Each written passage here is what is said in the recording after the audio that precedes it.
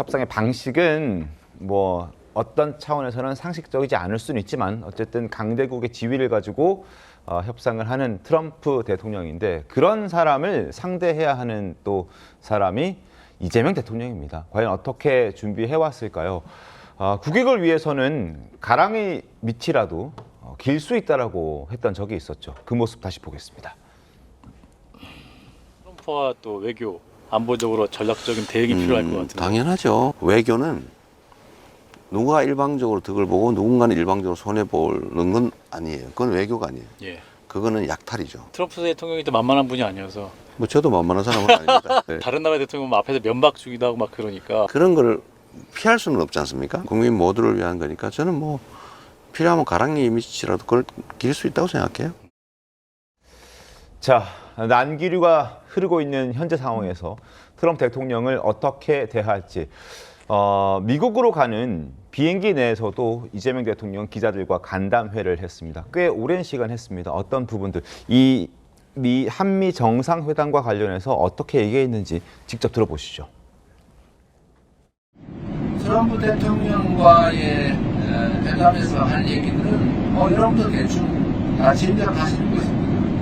안보 문제, 국방비 문제, 또 관세 협상 문제, 그 말고도 여러 가지들이 예측되고 있죠. 트럼프 대통령 같은 경우에 굉장히 그 협상에 능하고 독특한 스타일인데 네. 거기에 대해서 어떤 준비를 하셨는지 궁금합니다. 트럼프 대통령은 자신이 어떤 방식으로 협상하는지 협상의 기술, 거래의 기술을 다 선하더라고요. 저는 회담 의제는 트럼프 대통령이 제기할 수도 있고 제가 제기할 수도 있는데 제한 없이 필요한 얘기는 다 해볼 생각입니다. 나쁜 얘기 아니고 다 해봐야죠. 자주 있는 기회도 아니고. 자, 취임 82일 만에 첫 한미 정상회담에 나서는 이재명 대통령 기내에서 기자들과 기자 간담회를 하는 모습 저희가 바로 보여드렸습니다. 자, 그 상대는 다름 아닌 트럼프 대통령이죠. 과연 어떻게 하면 이 회담을 성공적으로 이끌 수 있을지 그리고 만났을 때 과연 어떻게 행동해야 하는지에 대한 공부, 학습도 많이 했을 겁니다. 협상의 기술, 모든 것은 협상 가능하다. 다만 영어 쓰면 안 되고요. 한국어만 사용해야 되고요. 적당한 아첨도 필요하다라는 게 이야기가 나오고 있습니다. 전문가들의 조언입니다. 그리고 신중한 침묵, 너무 말 많이 해서는 안 된다. 그리고 쓸데없이 영어 쓰면 안 된다라는 얘기들을 전문가들이 이재명 대통령에게 조언으로 해주고 있는 겁니다. 그리고 면전에서 면박 줄 생각하지 말고 그렇다고 적당한 아첨을 한다고 해서 지나치게 아부하는 것도 이 톤 조절을 굉장히 잘해야 된다라는 지적도 하고 그리고 신중한 침묵, 과잉 반응 이것도 이제 극명하게 엇갈리는 부분들이긴 하죠. 김구열 보좌관님 어떻습니까? 미국과의 협상 만날 수는 있을까요? 만난다 하면 잘 될 수는 있을까요? 어떻게 전망하십니까? 일단 이재명 대통령이 읽어봤다는 협상의 기술은 저희 집 책꽂이에도 있는 책인데요. 협상의 기술 안에 저런 내용은 없습니다. 트럼프 대통령의 어떤 스타일대로 협상을 이끌어낸다는 내용보다는 주로 있는 내용은 유리한 고지에 먼저 올라가는 것 그리고 상대를 굉장히 곤궁하게 만들고 좀 느긋하게 협상을 최대 한도까지 끌고 가서 결국은 상대방이 백기를 들고 나올 수 없게끔 그런 상황을 만드는 것이 가장 중요하다. 네. 결국은 조급하지 않게 협상에 임하는 것이 중요하다. 이런 내용들이 반복적으로 이제 기술이 되어 있거든요. 이재명 대통령이 그런 부분들을 잘 숙지를 해갔으면 좋겠다라는 생각이 들었고요. 아까 이재명 대통령의 발언 중에서 나쁜 얘기만 아니면 우리가 여러 가지를 다 꺼내놓고 할 수 있다라고 했는데 네. 사실 트럼프 대통령과의 협상에서 가장 중요한 것은 나쁜 얘기입니다. 즉 대한민국에게 불리하고 트럼프 네. 대통령에 유리한 또한 이재명 대통령 개인적으로 꺼내기 싫어하는 혹은 마주하기 싫어하는 그런 상황조차도 네. 준비가 되어 있어야 하거든요. 그런 측면에서 지금 가장 어떻게 보면은 아킬레스건으로 작용하는 것이 중국과의 관계라든가 혹은 북한과의 관계라든가 비핵화라든가 이런 여러 가지 이재명 대통령이 야당인 시절에 보여줬던 행보와 발언들 그런 것들이 지금 대통령이 된 시점에서 어떻게 시정이 되었는지 생각의 변화가 있었는지 혹은 그런 것들에 대해서 미국과 사전 조율이라든가 이런 것들이 되어 있는지 이런 부분들이 지금 걸림돌로 작용하거든요. 과거에 했던 발언들이 이제 아마 오벌오피스라고 하죠. 트럼프 네. 대통령과의 마주 앉는 그 오벌오피스에서 사실 살아나간 사람이 거의 없거든요. 그렇기 때문에 그 자리에 앉았을 때 이재명 대통령이 두려워하는 꺼내고 싶지 않은 얘기가 테이블에 올라왔을 때 네. 이걸 어떻게 대처하는 것이 좋겠느냐 이 부분을 가장 잘 준비하는 것이 좋을 것 같습니다. 그러니까요. 한 외신은 이재명 대통령이 트럼프 대통령 기분 나쁘지 않게 워싱턴만 빠져나와도 이건 성공한 것이다라는 평가를 하긴 하더라고요. 그만큼 쉽지 않을 것이라는 전망들이 국내에서만 있는 것이 아니라 전 세계적으로도 있는 겁니다. 과거 또 그런 행동들을 트럼프 대통령이 많이 보여줘 왔기도 하고. 그래서 또 하나 이재명 대통령이 꼭 이런 협상에 나서는 과정 중에서 꼭 좀 지워야 하는 이미지가 있습니다. 바로 친중 이미지라는 것들이 있는데 과거 이제 셰셰 발언도 있었고요. 그래서 그런지 외교 전문가들이 이재명 대통령에게 친중 이미지를 좀 지워야 된다라는 조언들을 많이 해주고 있습니다. 이재명 대통령도 이걸 신경 쓰고 있는 듯해 보였습니다. 미국으로 향하는 기내 간담회에서도 관련된 생각을 밝혔습니다. 직접 들어보시죠. 친중 아니냐. 외교에서 친중, 형중이 어디 있습니까? 대한민국 국익에 도움이 되면 가깝게 지내는 것이고 국익에 도움이 안 되면 멀리하는 것이고 가까우냐 뭐냐도 외교적 수단 중에 하나 아닙니까? 그래서 저는 천편일률적이지 않으면 좋겠다.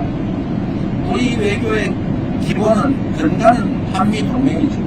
그렇다고 해서 중국과 절연할 거냐? 절연하고 살 수 있습니까? 그걸 또 그러면 절연 안 하는 걸 친중이다 라고 한다면 그런 의미의 친중이라면 해야죠. 지금 저 멘트를 백악관 관계자들도 아마 확인을 실시간으로 할 수 있을 겁니다. 그러니까 외교의 근간, 지금 미국과 우리의 근간은 한미 동맹이 맞지만 필요하면 중국과도 가깝게 지내야 되는 것 아니냐, 중국을 끊어낼 수 있겠느냐, 만약 그게 친중이라 한다면 친중해야죠 라고 얘기를 하고 지금 미국에 도착을 했어요.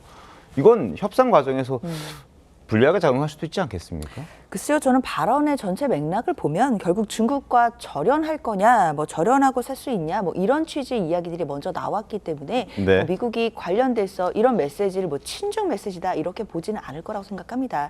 다만 이재명 대통령이 그간 계속 강조해 왔던 것은 결국 국익을 중심으로 하는 실용 외교인 것이지 사실 어떤 국가와 뭐 반드시 친하게 지내야 된다 이런 게 정해져 있다라고 보기는 어려울 것 같고 유연하게 외교를 하겠다, 결국 국익을 중심으로 실용주의 외교를 하겠다라는 모습들을 얘기해 왔고 그리고 계속해서 메시지를 내고 있기 때문에 좀 미국 측에서도 이 메시지를 받아줄 거라고 생각합니다. 네. 왜냐하면 앞서 지금 한미 정상회담이 진행되기 전에 아시다시피 지금 일본을 방문해서 한일 정상회담을 했잖아요.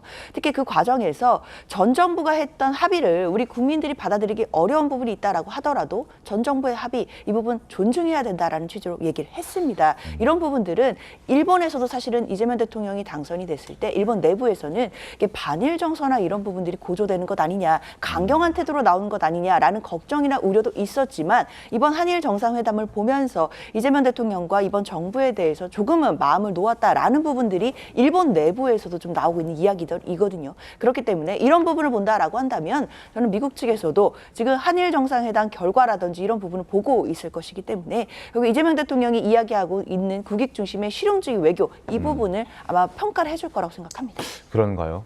근데 저는 그 네. 말씀이 너무나 모호하기 때문에 알맹이가 없다. 국익 중심의 실용 외교를 뭐 역대 정부에서 안 했나요? 그걸 하다 보니까 한미 동맹을 우선시하고 경제적으로도 미국 중심의 세계 질서에 우선시하는 게 여태까지 왔던 거예요. 근데 거기에 대해서 전 정부 비판하고 보수 정부 비판하기 위해서 뭐 쉐쉐 발언하고 이러면서 전혀 다른 듯이 하다가 이제 와가지고 전 정부의 성과는 존중한다.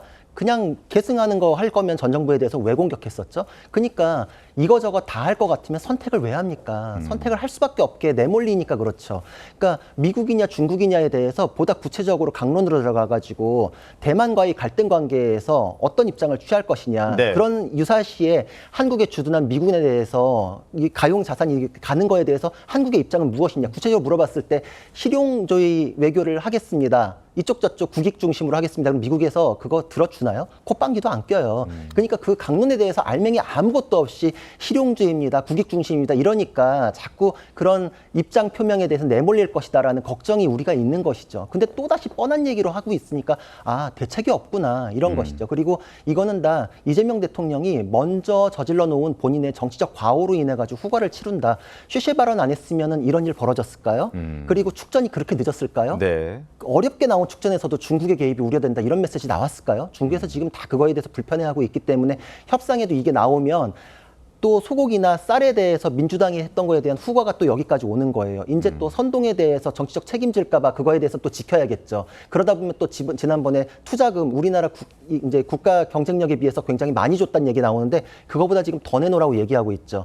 그럼 쌀하고 소고기에 대해서 또 지켜야겠으니까 민주당이 자가 모순에 대해서 드러내지 않으려고 그럼 또 돈으로 때워야 될 거거든요. 방위비 증액하고 투자금 높이고 이런 식으로 하다 보면은 자기의 정치적인 잘못으로 인해 가지고 벌어진 일에 대해서 자꾸 국민의 피해로 연결되는 것이기 때문에 실용도 아니고 국익도 아니다 이런 비판 피할 수 없을 겁니다. 제가 여쭤볼게요.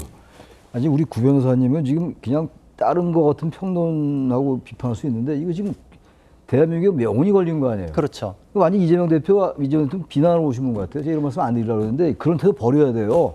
그게 지금 현재 대단히 걱정스럽기 때문에 다들 걱정하고 있는 거 아니에요. 근데 이게 지금 일반 대선 때처럼 상대방 보고 비판하는 걸로 들리기 때문에 좀 그런 행동은 자제해라. 제가 감히 그런 말씀 드리고 싶어요. 제가 그거에 대해서 얘기하는 건 국익 중심이 우선되기 때문에 불안을 초래할 수 있는 얘기는 자제해 주십시오 이런 얘기 민주당 쪽이나 이런 분들 많이 하시더라고요. 네. 그런 태도일 것 같으면 과거에 뭐 모자를 무얼 썼네, 뭐 방명록에 오른쪽 썼네, 왼쪽 썼네 가지고 외교 참사 이런 얘기는 국익에 도움이 됐었을까요? 저는 이거에 대해서 안을 마련했어야 됐다라는 얘기고 그거에 대해서는 그 전부터도 말씀을 드렸어요. 쉐쉐 발언이라는 거 나중에 후에 후폭풍에 대해서 감당할 책임이 있으니까 그거에 대해서 예상을 하시면서 발언하시는 게 맞습니까라는 얘기를 드렸는데 그때는 그때 그렇게 얘기해놓고 이제 와가지고 그거에 대해서 이럴 수도 있고 저럴 수도 있습니다라는 거니까 과연 우리가 믿고 따를 수 있는 플랜이라는 게 있는가에 대해서 질문을 드리는 것이죠. 안이 있지 않으면 당연히 불안감이 있고 그걸 마련해야 된다는 요구는 할 수 있는 겁니다. 국익을 위해서 입 다물어 달라라는 거는 국민의 표현의 자유를 억압할 뿐만 아니라 국민에 대해서 정부를 무엇을 신뢰할 수 있는지에 대해서 알고자 하는 알 권리도 침해하는 거라고 생각해요. 알겠습니다. 그런 태도 문제를 통해 가지고 정보를 얘기하는 거에 대해서 하니까 우리 지금 그러면 여기에서 무슨 얘기를 하나요? 정보를 놓고서 어떤 거에 대해서 필요한지를 논하는 게 이 자리의 의미라고 생각을 합니다. 네. 지금 이제 그 회담으로 날아가는 사람한테 과거 얘기를 하면 뭐 합니까? 그 말씀을 충분히 알아듣겠는데 지금 그런 상황이 아니잖아요. 그 말씀을 원론적으로 지적하는 겁니다. 알겠습니다. 자, 일단 정상회담이 우리 시간으로 내일 새벽에 진행이 될 예정이고요. 오늘 새벽에 이재명 대통령은 미국 워싱턴에 도착했습니다. 앞으로 이제 그동안 해왔던 의제 조율 등을 확정하고 이제 미국 트럼프 대통령과 마주했을 때 무조건 우리에게 다 유리하게 가져올 수는 없겠지만 그래도 어느 정도 국민들이 납득할 수 있고 국익에 도움이 될 만한 내용들이 합의를 이뤄서 다시 한국으로 돌아오기를 많은 국민들이 바랄 겁니다. 다만 지금 현재 이례적인 모습들이 많이 보여주고 있죠. 지금 조현 외교부 장관이 일본을 가려다가 급하게 경유까지 해가면서 미국으로 가고 그리고 안보실장과 정책실장이 이재명 대통령과 동행하고 있음에도 불구하고 기존에 항상 국내에서 남은 현안들을 챙겼던 비서실장까지 급하게 미국으로 갔던 걸 보면 뭔가 지금 제대로 되고 있지 않아서 그래서 많은 걱정들이 있다. 이런 가운데서도 또 미국을 가는 비행기 안에서조차도 친중해야 하면 해야 된다라는 메시지까지 남기고 또 워싱턴에 도착했기 때문에 그런 것들이 트럼프 대통령에게 어떻게 들릴까, 협상의 유불리를 따졌을 때 과연 유리할까 불리할까라는 어떤 국익의 마음으로 걱정을 하면서 저희가 얘기를 하고 있는 겁니다. 두 분 안 싸우셔도 됩니다. 김구할 부장님 어떻게 보셨습니까? 네. 저는 구자룡 변호사님의 지적에 상당 부분 공감을 합니다. 네. 왜냐하면 결국 모든 것은 말에서 시작돼서 말로 끝나는 것이거든요. 네. 하지만 그것은 우리 국내 정치에서는 보통 이 말이라는 것이 어떤 무게라든가 그런 것이 조금 희화되고 혹은 희석될 수 있지만 외교에서는 말 한마디 한마디가 100% 다 청구서로 돌아오거든요. 특히나 지금 한반도를 둘러싼 외교 상황이 녹록치 않고 또 대만 문제도 있고 또 우리는 항상 장기적으로 북한이라는 북핵 문제를 가지고 있지 않습니까? 네네, 이런 그렇죠. 여러 가지 우리가 해결해야 되는 그런 외교적인 이슈 앞에서 결국은 어떤 국내 정치용으로 사용되던 말 몇 마디가 우리한테는 감당할 수 없는 청구서로 돌아온다라는 것은 우리가 이번 사태를 통해서도 반드시 배워야 되는 지점이고요. 네. 그렇기 때문에 앞으로 뭐 외교를 하고 싶은 사람들이나 앞으로 외교를 준비하는 사람들 혹은 뭐 미래 정치 지도자들이 이런 사람들이 이런 외교를 국내 정치로 끌어들이고 또한 국내 정치에서의 어떤 표 계산을 위해서 책임질 수 없는 말을 하지 않는 것이 정말 중요한 하나의 풍토로 자리 잡았으면 좋겠다라는 그런 말씀을 좀 드리고 싶습니다. 알겠습니다.